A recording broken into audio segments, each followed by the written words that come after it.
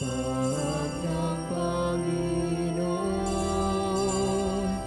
buong bayan ay nagtitipon upang pagsaluhan ang kaligtasan, handog ng Diyos sa tanan.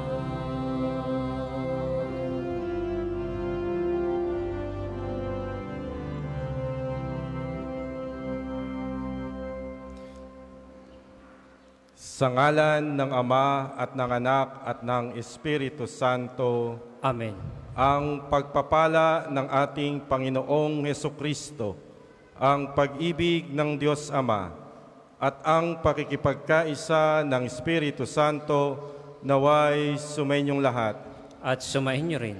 Mga kapatid kay Kristo, mga kapanalig kay Jesus, tayong muli ay nagkakatipon sa hapag ng Diyos upang sama-sama nating purihin, dakilain at pasalamatan ng Diyos sa Kanyang kabutihan sa atin.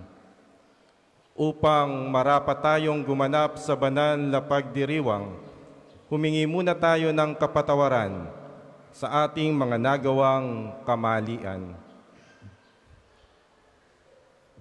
Inaamin ko sa makapangyarihang Diyos at sa inyo, mga kapatid, na lubha akong nagkasala sa isip, sa salita at sa gawa, at sa aking pagkukulang. Kaya'y sinasamo ko sa mahal na Birheng Maria, sa lahat ng mga anghel at mga banal, at sa inyo, mga kapatid, na ako'y ipanalangin sa Panginoong ating Diyos. Kaawaan tayo ng makapangyarihang Diyos, patawarin ang ating mga kasalanan, at patnubayan tayo sa buhay na walang hanggan. Amen. Panginoon, kaawaan mo kami. Panginoon, kaawaan mo kami. Kristo, kaawaan mo kami. Kristo, kaawaan mo kami. Panginoon, kaawaan mo kami. Panginoon, kaawaan mo kami.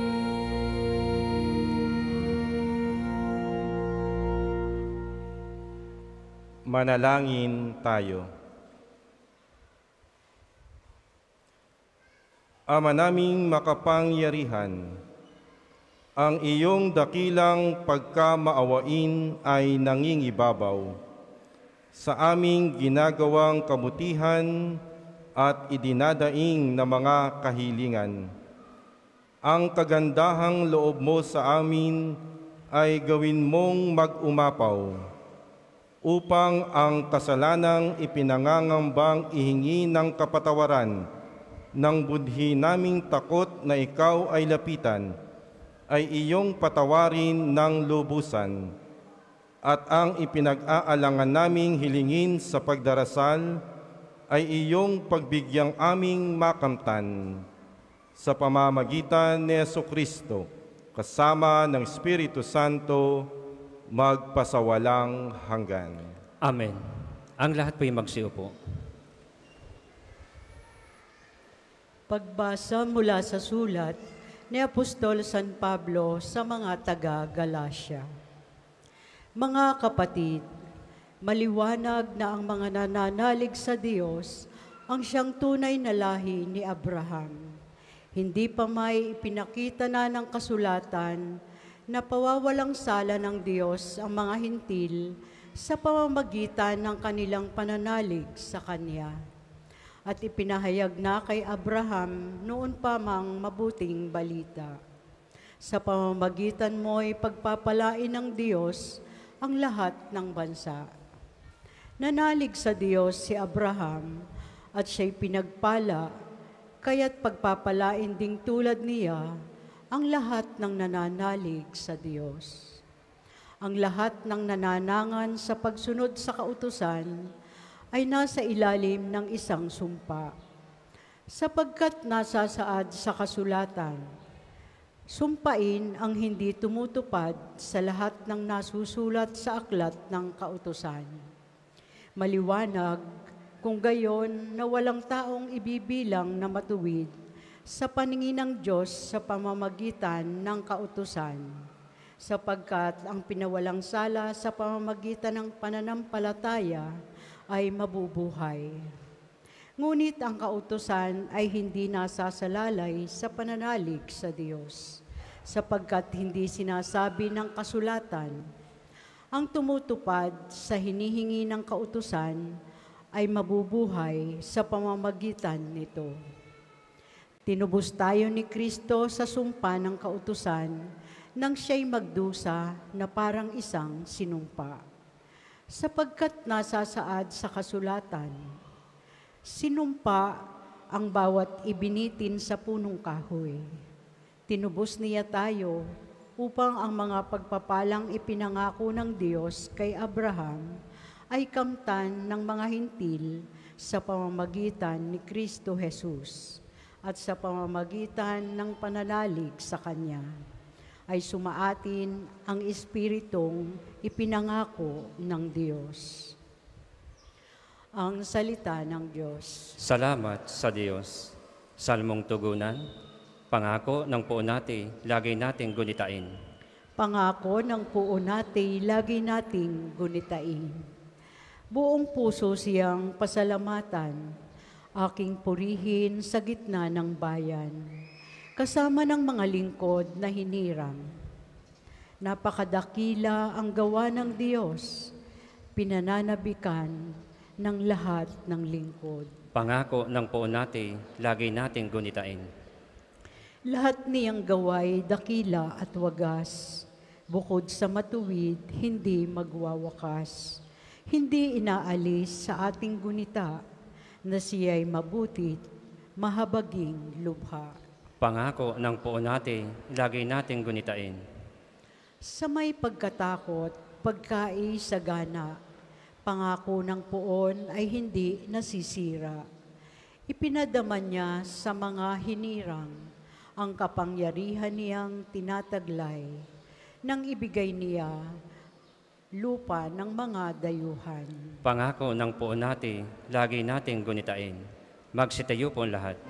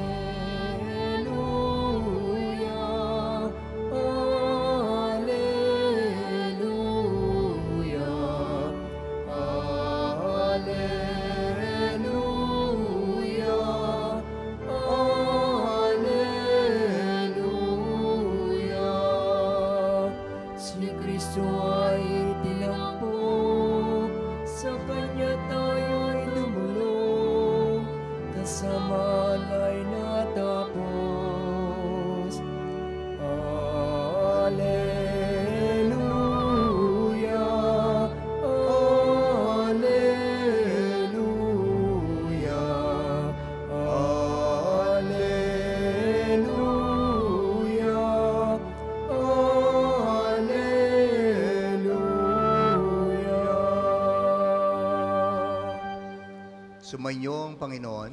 At sumainyo rin. Ang mabuting balita ng Panginoon ayon kay San Lucas. Papuri sa iyo, Panginoon. Noong panahong yon, matapos palayasin ni Jesus ang isang demonyo, naggilalas ang mga tao.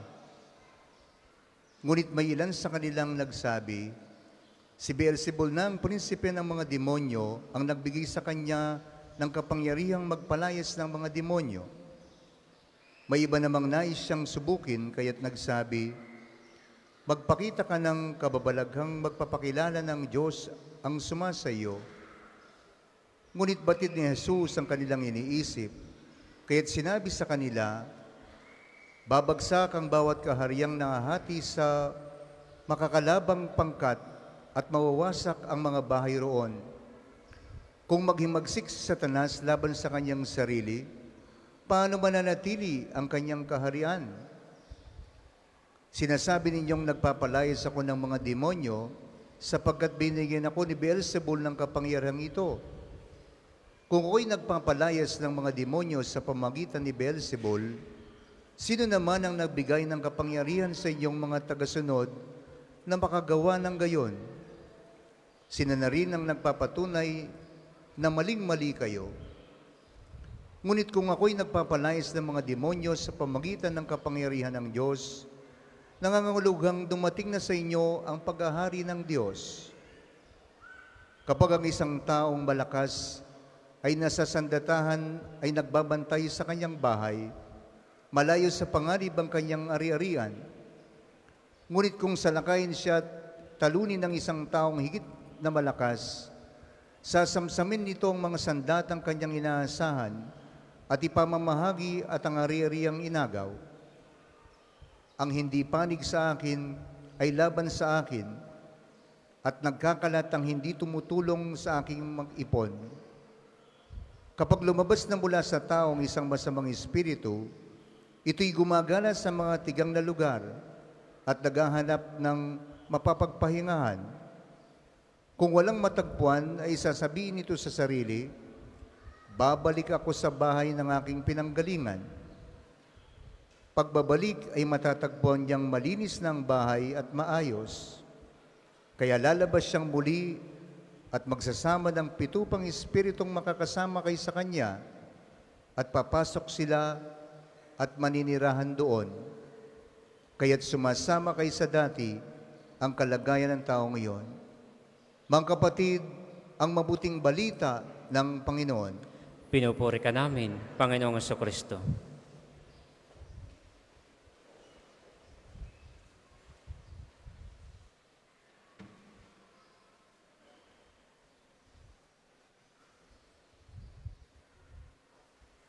Magandang umaga po sa inyong lahat. Maligayang pagdating po sa parokya at pambansang dambana ni Santo Padre Pio.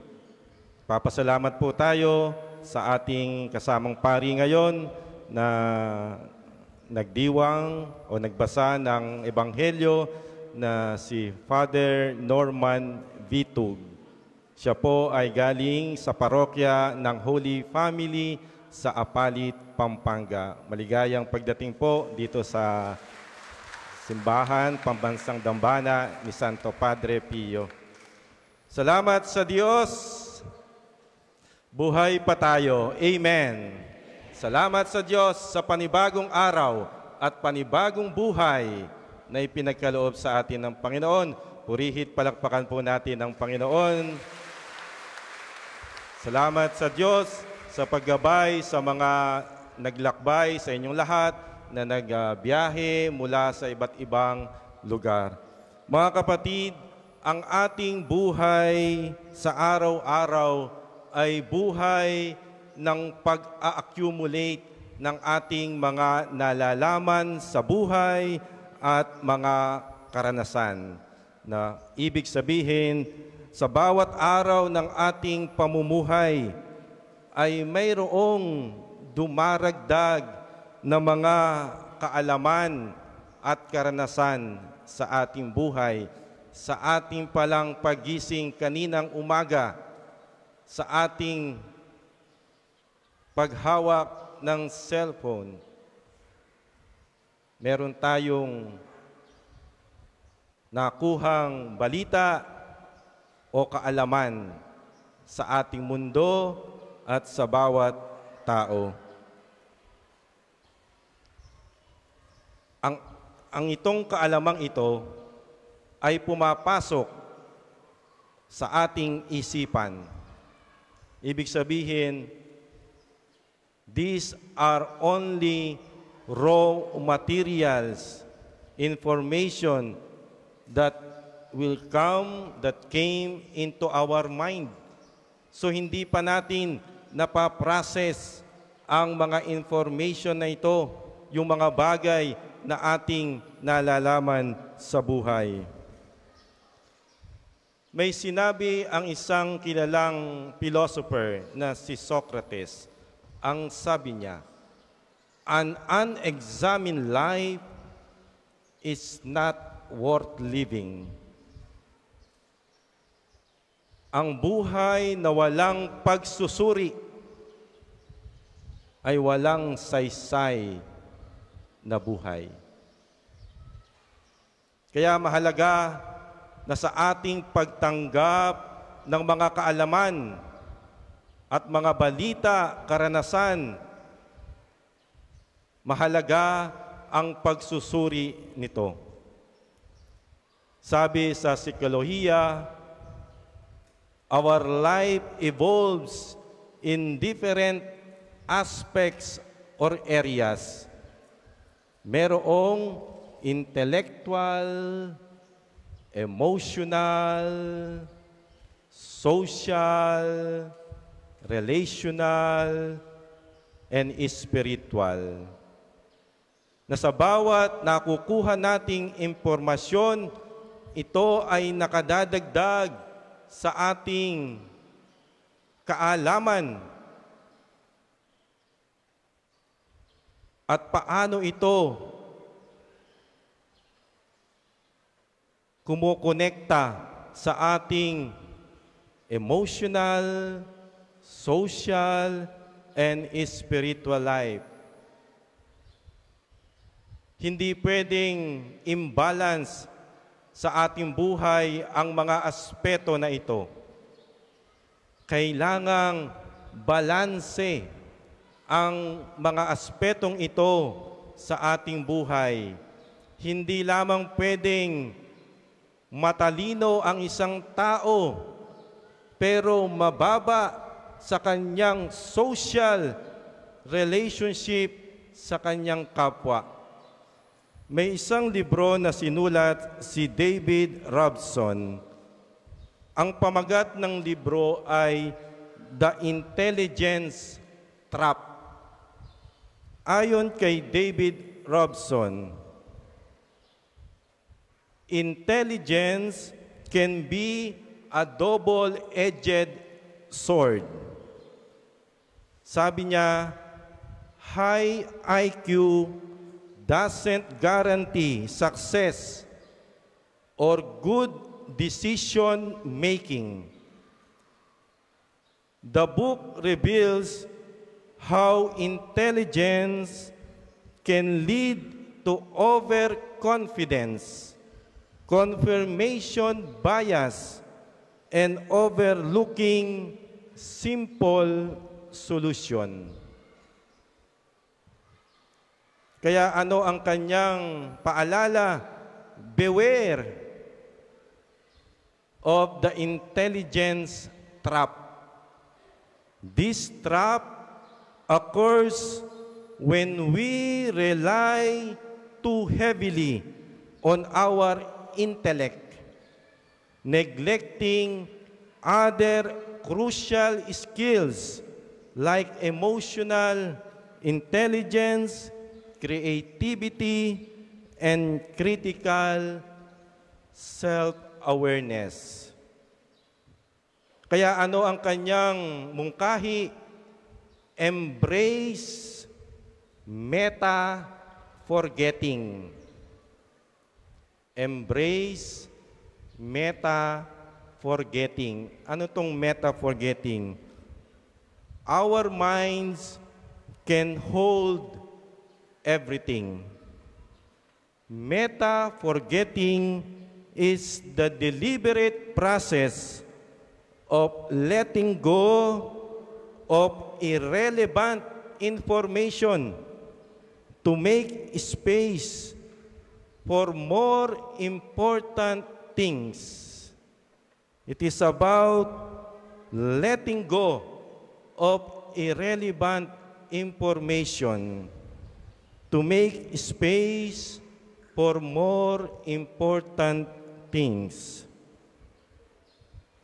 Ayon din sa isang philosopher na si Aristotle, ang sabi niya, educating the mind without educating the heart is no education at all. I repeat, educating the mind without educating the heart is no education at all. Marami ng matatalino sa mundo. Sino ang nasa posisyon sa gobyerno? Hindi ba magagaling, matatalino? But what is happening in our land? O tayo din naman, hindi tayo exempted sa kasabihang ito sa sinabi ni Aristotle, are we educating our heart? Or we only educating our mind para masabi na tayo ay maraming alam, na tayo ay matalino? But why do we need to educate our mind or our heart? Science clearly shows that teaching skills such as empathy, compassion, kindness helps children be successful in school and later in life. Kaya kailangang lahat ng aspeto ng ating buhay ay kailangang balanse.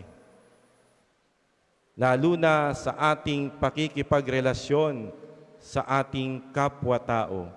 Sapagkat hindi lamang dapat mangibabaw ang ating katalinuhan, bagkus ang ating social relationship, ang ating relational quotient ay dapat ding mataas.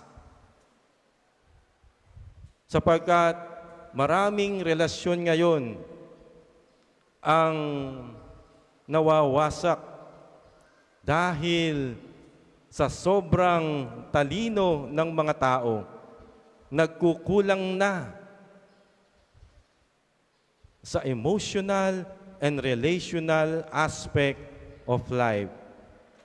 Kaya kumisan sa mga mag-asawa, magkaibigan, na nag-argue, na nagtatalo-talo.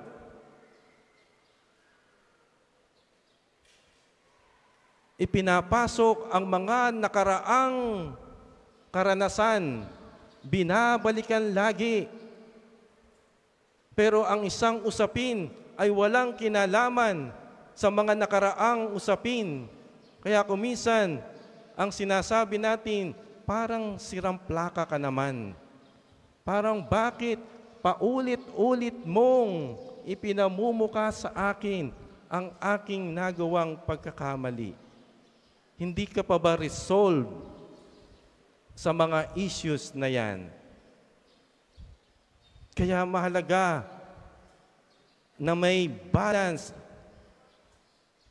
ang ating emotional at social relationship. Kaya ang mga, ibig sabihin mga kalaban ni Jesus, hindi naman mga tumutuligsa sa Kanya. Maraming bucket list. Ang itinatanong kay Jesus, bakit ka gumagawa sa panahon ng pamamahinga? Bakit hindi naguhugas ang mga alagad mo? At itong ating narinig ngayon, it is a direct accusation to Jesus. It is a slander. Kung pwede nga lang idemanda ni Jesus ang mga Pariseyong ito, pero hindi niya ginawa ito sapagkat hindi kinakailangang ipatulpo lahat. Hindi kinakailangang magbigay ng overreactive solution or answer sa mga tao na merong nag-aakusa. Pero ano ang ginawa ni Jesus? Binalikan niya, tinanong niya uli. Ito yung pamamaraan ni Jesus para maibalik sa mga tao yung ginawang akusasyon sa kanila. Isa ang pagtatanong. Maliban doon, mga parabola,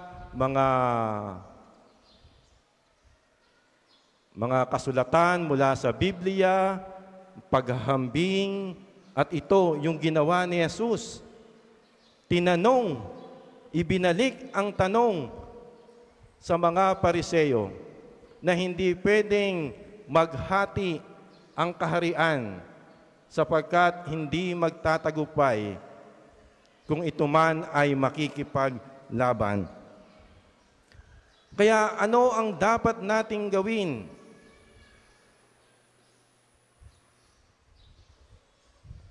Bago tayo magsalita, before we speak, always think. Before we speak, always think. It is an acronym. Think. Letter T. Is it true? Is it true? Kung tayo ay magsasalita, totoo ba to? Sino ba ang dapat nating kausapin upang malaman ang katotohanan? Ang ibang tao o yung taong concern? Sapagkat kung minsan kumukuha tayo ng information sa ibang tao, wala tayong lakas ng loob na kausapin ang taong concern. Letter H. Is it helpful? Makakatulong ba ito sa atin na lumago bilang isang kapwa-tao?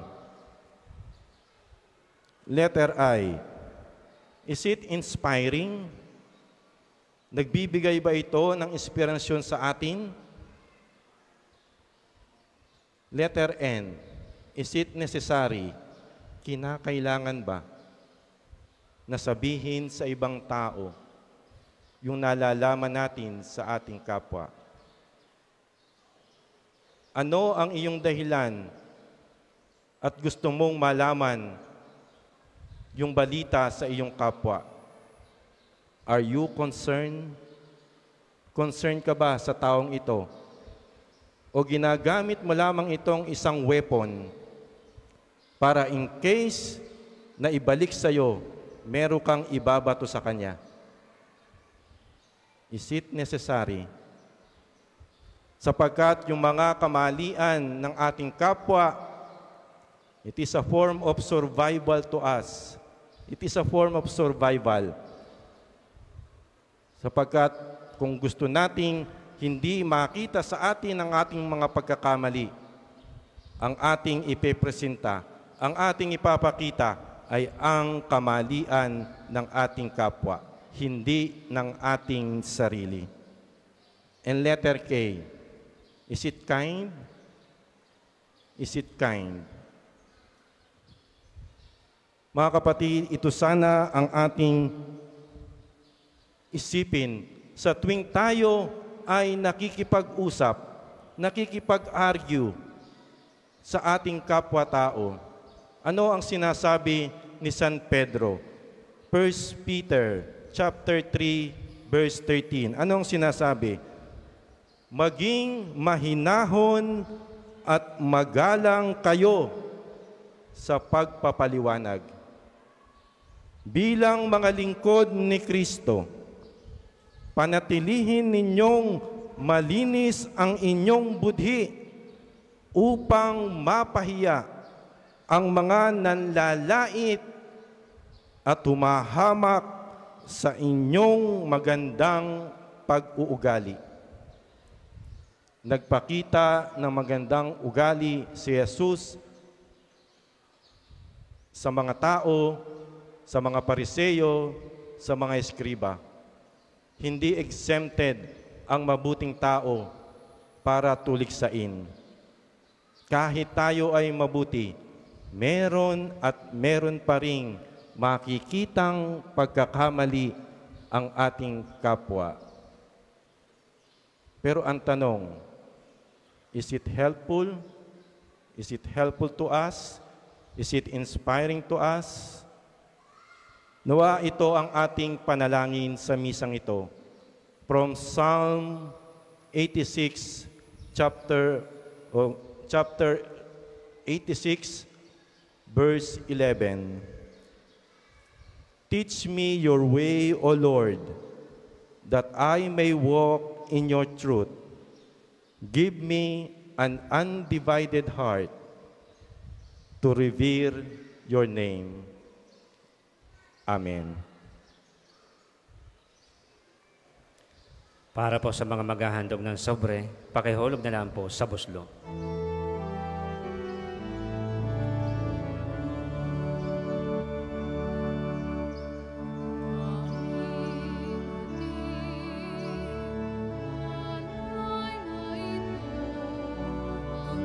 Tinapay na nagmula sa pagpapala mo at tanggapin ang alak na ito, inuming inihain sa'yo.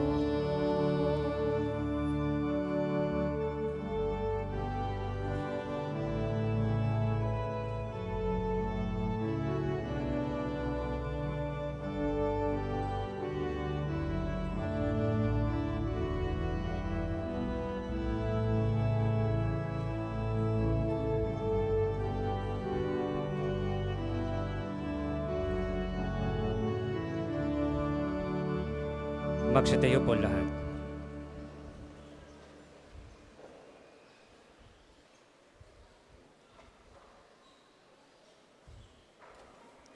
Manalangin kayo mga kapatid upang ang ating pag-aalay ay kalugdan ng Diyos Amang makapangyarihan. Tanggapin nawa ng Panginoon itong paghahain sa iyong mga kamay, sa kapurihan niya at karangalan sa ating kapakinabangan at sa buong sambayanan niyang banal. Ama naming lumikha, tanggapin mo ang paghahain ng mga alay na iyong inihabilin at sa pagdiriwang ng dapat naming ganapin ang kabanalan ng iyong pagliligtas naway sumaamin sa pamamagitan ni Jesucristo kasama ng Espiritu Santo magpasawalang hanggan. Amen. Sumainyo ang Panginoon. At sumain niyo rin. Itaas sa Diyos ang inyong puso at diwa. Itinaas na namin sa Panginoon. Pasalamatan natin ang Panginoong ating Diyos. Marapat na siya ay pasalamatan. Ama naming makapangyarihan, tunay ngang marapat na ikaw ay aming pasalamatan sa pamamagitan ni Jesucristo na aming Panginoon. Siya ang katuwang mo at kapiling noong ang lahat ng umiiral ay iyong likhain. Siya'y sinugo mo para kami sa gipit palayain, kaya't siya'y kinalinga ng mahal na Birhen na naging kanyang inang totoo sa kapangyarihan ng Espiritu Santo. Inako niyang sundin ang loob mo at kamti ng sambayan ng banal para sa iyo. Pinagtiisan niyang iunat sa krus ang kanyang mga kamay upang magwakas ang kamatayan at mahayag ang pagkabuhay. Kaya kaysa ng mga anghel na nagsisiyawit ng papuri sa iyo, nang walang humpay sa kalangitan, kami nagbubunyi sa iyong kadakilaan.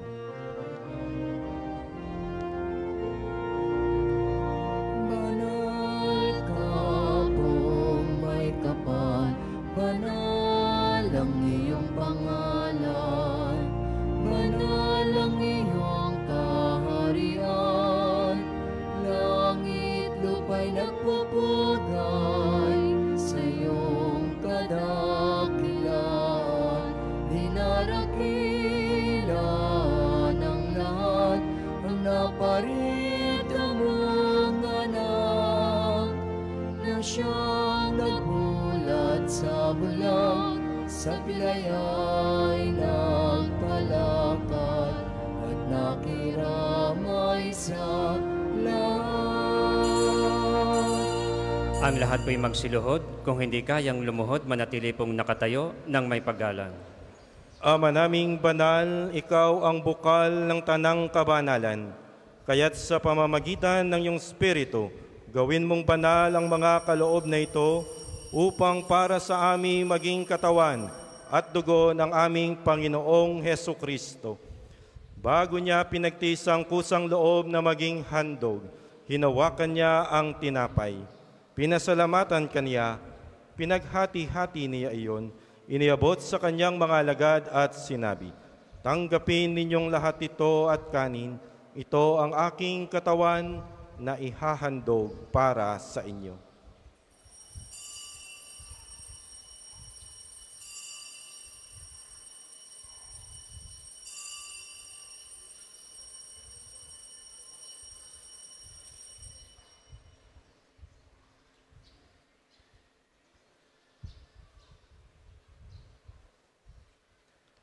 Gayun din naman noong matapos ang hapunan, hinawakan niya ang kalis, muli kaniyang pinasalamatan, iniabot niya ang kalis sa kanyang mga alagad at sinabi, "Tanggapin ninyong lahat ito at inumin. Ito ang kalis ng aking dugo, ng bago at walang hanggang tipan, ang aking dugo na ibubuhos para sa inyo at para sa lahat sa ikapagpapatawad ng mga kasalanan. Gawin ninyo ito sa pag-alala sa akin."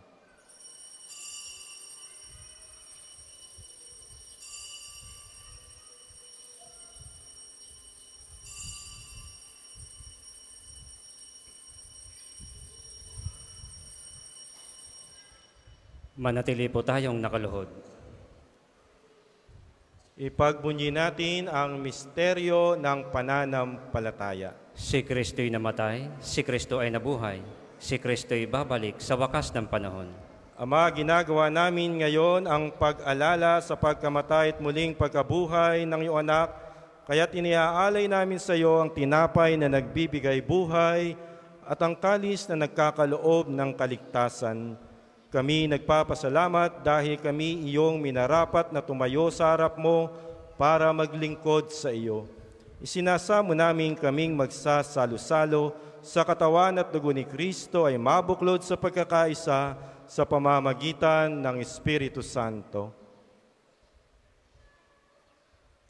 Ama, lingapin mo ang simbahang laganap sa buong daigdig. Puspusin mo kami sa pag-ibig kaysa ni Francisco na aming Papa, ni Gilbert na aming Obispo, at ng Tanang Kaparian. Alalahanin mo rin ang mga kapatid naming nahimlay na may pag-asang sila'y muling mabubuhay, gayon din ang lahat ng mga pumanaw. Kaawaan mo sila at patuloyin sa iyong kaliwanagan. Kaawaan mo at pagindapatin kaming lahat na makasalo sa iyong buhay na walang wakas. Kaisa ng Mahal na Birheng Maria na ng Diyos, ni San Jose na kanyang kalilinis-linisang esposo, kaisa ng mga apostol at lahat ng mga banal na namuhay dito sa daigdig ng kalugod-lugod sa iyo, may pagdiwang nawa namin ang pagpupuri sa ikararangal mo sa pamamagitan ng iyong anak na aming Panginoong Hesukristo. Sa pamamagitan ni Kristo, kasama niya at sa Kanya, ang lahat ng parangal at papuri ay sa iyo, Diyos samang makapangyarihan, kasama ng Espiritu Santo, magpasawalang hanggan. Amen. Amen. Amen. Sama-sama nating ipahayag ang panalangin itinuro ni Jesus.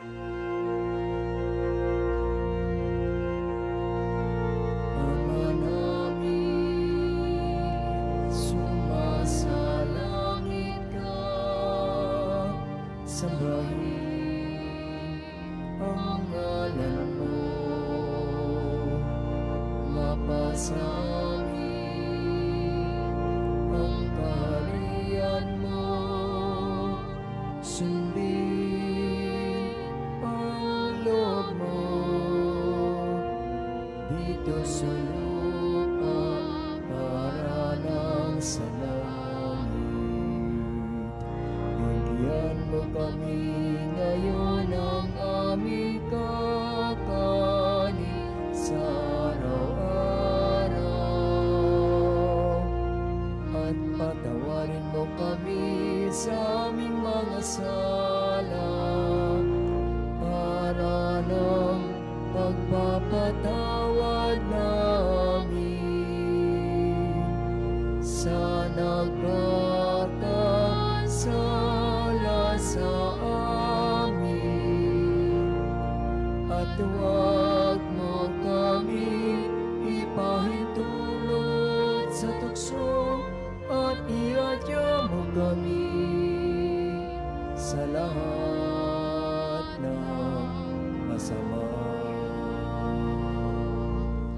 Hinihiling naming kamiadya sa lahat ng masama, pagkalooban ng kapayapaan araw-araw, iligtas sa kasalanan at ilayo sa lahat ng kapahamakan, samantalang aming pinananabikan ang dakilang araw ng pagpapahayag ng tagapagligtas naming si Heso Kristo.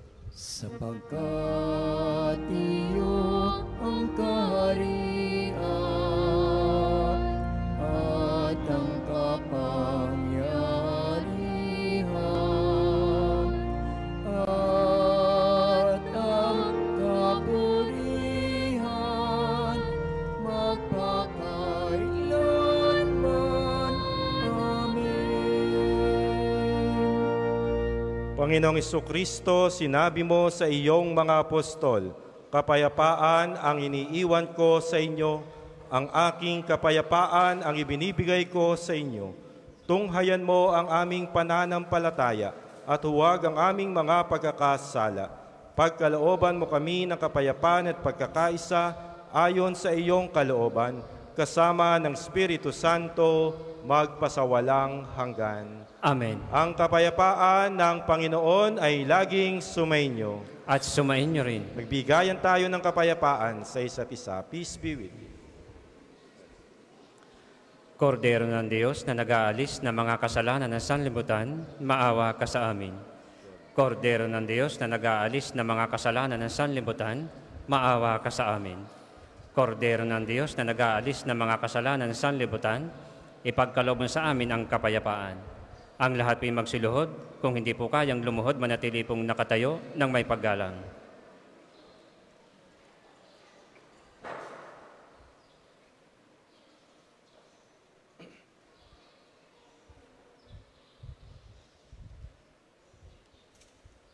Ito si Jesus, ang kordero ng Diyos na nag-aalis ng mga kasalanan ng sanlibutan. Mapalad ang mga inaanyayahan sa kanyang piging. Panginoon, hindi ako karapat-dapat na magpatuloy sa iyo, ngunit sa isang salita mo lamang ay gagaling na ako.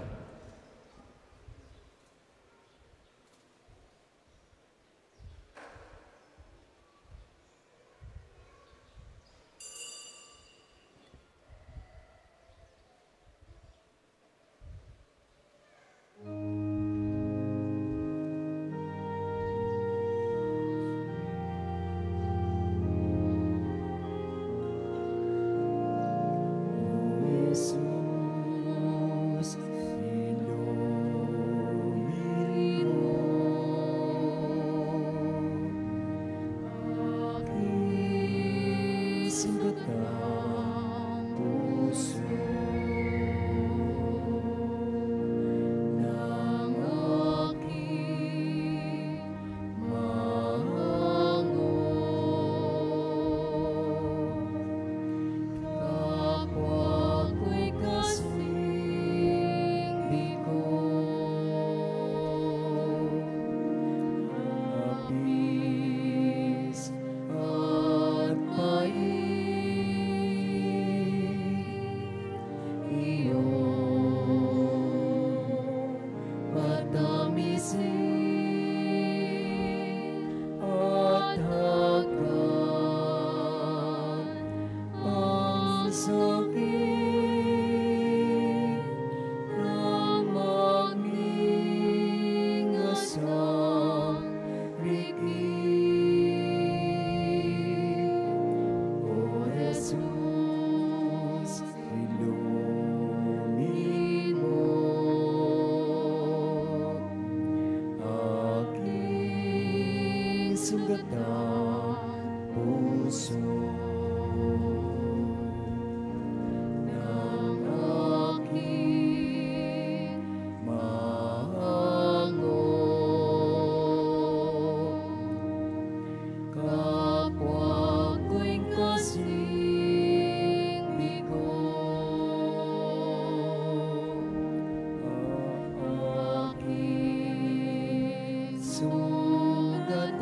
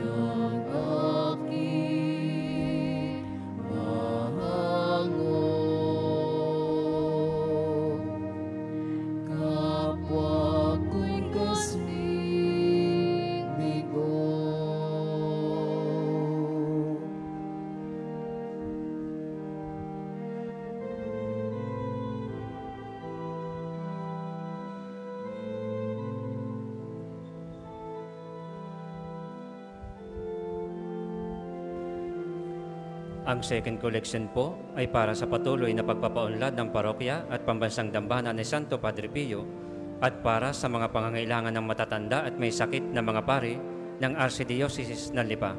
Salamat po sa inyong handog. Panginoon, aking tanglaw, tanging Ikaw ang kaligtasan. Sa panganib, ingatan ako, ang lingkod mo, nananalig sa'yo. Ang tawag ko'y iyong pakinggan, lingapin mo at kahabagan.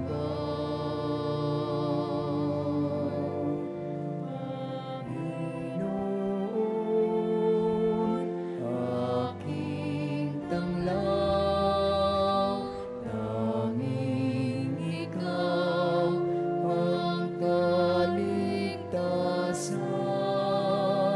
Sama-sama, ilayo mo ako, ang sugo kong umibig sa'yo.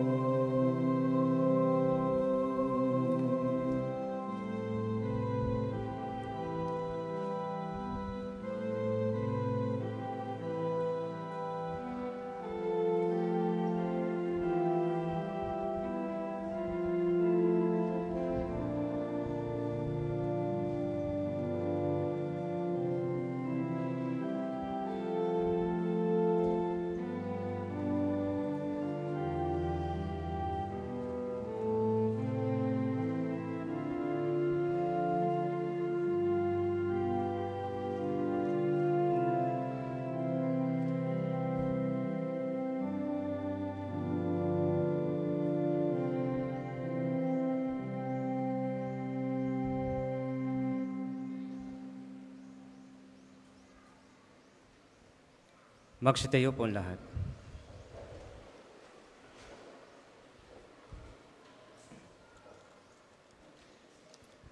Manalangin tayo.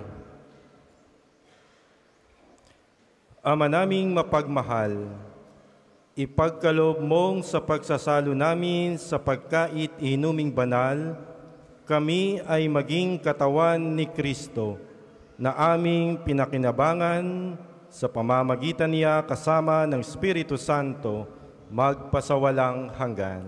Amen. Panalangin ng pagtitiwala kay Santo Padre Pio. Padre Pio, taga Pietrelcina, mongheng banal, pintakasing santo ng milenyong kasalukuyan, gabay namin sa pagtahak sa landasing makalangit, takbuhan sa pangangailangan, huwaran ng pagtitiis. Sa iyo namin inilalapit aming mga kagipitan, sa iyo po ay binibilin kalusugan at kabuhayan. Banggitin ng tahimik ang mga personal na kahilingan.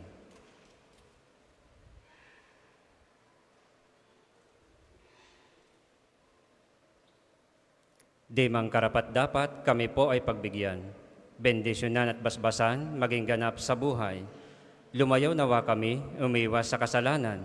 Lumapit lagi sa Diyos, maging matatag at matibay.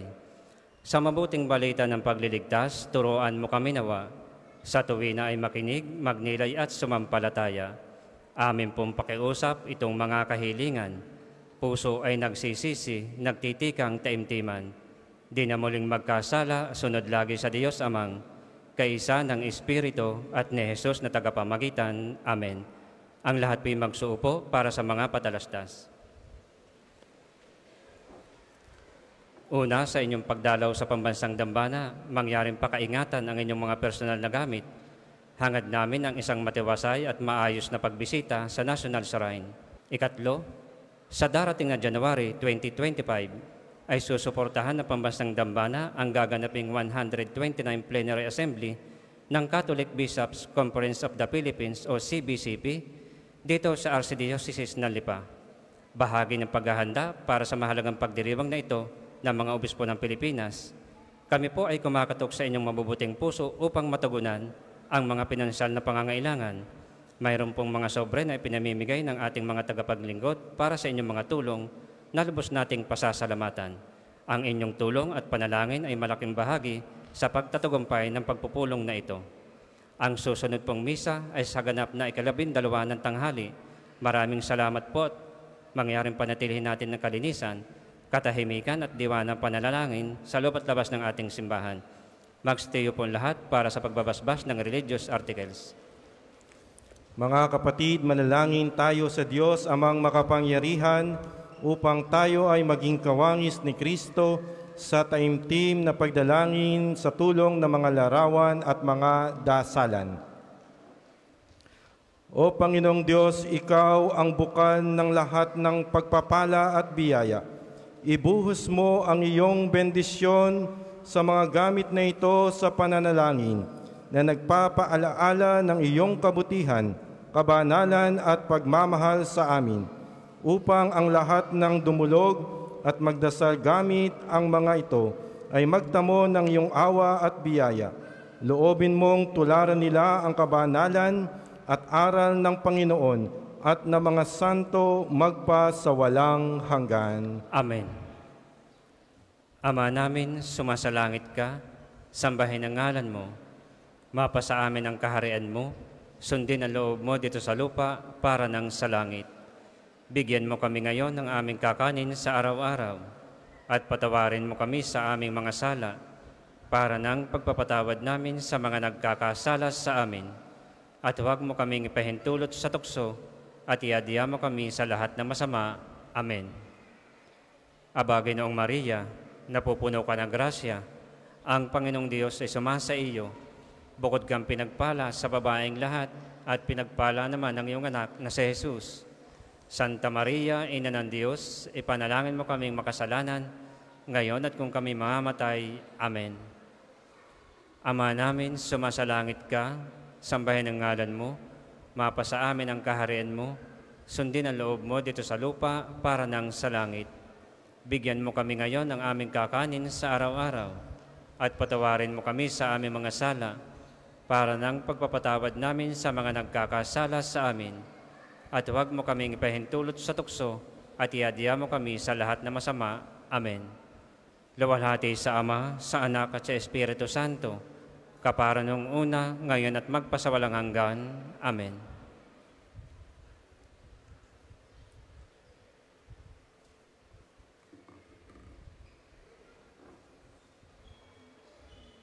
Sumainyo ang Panginoon. At sumain niyo rin. At pagpalain nawa kayo ng makapangyarihan at mahabaging Diyos Ama, Anak at Espiritu Santo. Amen. Tapos na ang ating banal na pagdiriwang, humayo kayong taglay ang pag-ibig at kapayapaan ni Kristo. Salamat sa Diyos.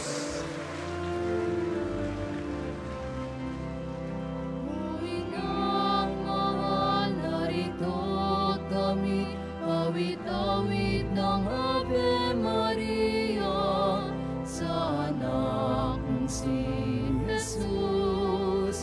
Puso namin ay handog, ihatid mo kami sa langit.